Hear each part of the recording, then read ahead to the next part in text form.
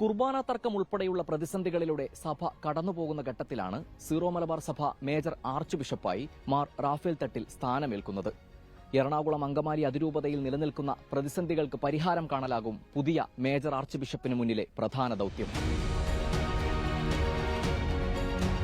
32ാമത് മെത്രാൻ സിനഡിന്റെ ഒന്നാം സമ്മേളനത്തിലെ 2ാം ദിവസത്തിൽ നടന്ന വോട്ടെടുപ്പിലാണ് പുതിയ മേജർ ആർച്ച് ബിഷപ്പായി തൃശൂർ സ്വദേശി ഫാദർ റാഫേൽ തട്ടിലിനെ തെരഞ്ഞെടുത്തത്. മാർ ജോർജ് ആലഞ്ചേരി സ്ഥാനമൊഴിഞ്ഞ ഘട്ടത്തിലാണ് പുതിയ മേജർ ആർച്ച് ബിഷപ്പിന്റെ തെരഞ്ഞെടുപ്പ് നടന്നത്. ആദ്യ റൌണ്ടിൽ നടന്ന വോട്ടെടുപ്പിൽ 3-2 ഭൂരിപക്ഷം നേടിയാണ് റാഫേൽ തട്ടിൽ തെരഞ്ഞെടുക്കപ്പെട്ടത്. കുർബാന തർക്കം ഉൾപ്പെടെയുള്ള വിഷയങ്ങളിൽ പരിഹാരമാണ് തന്റെ ലക്ഷ്യമെന്നും ചർച്ചയ്ക്കുള്ള സാധ്യത അടഞ്ഞിട്ടില്ലെന്നും നിയുക്ത major archbishop Mar Raphael Thattil. സമവായമല്ല, സാധ്യതകൾ മാത്രമേ ഉള്ളൂ.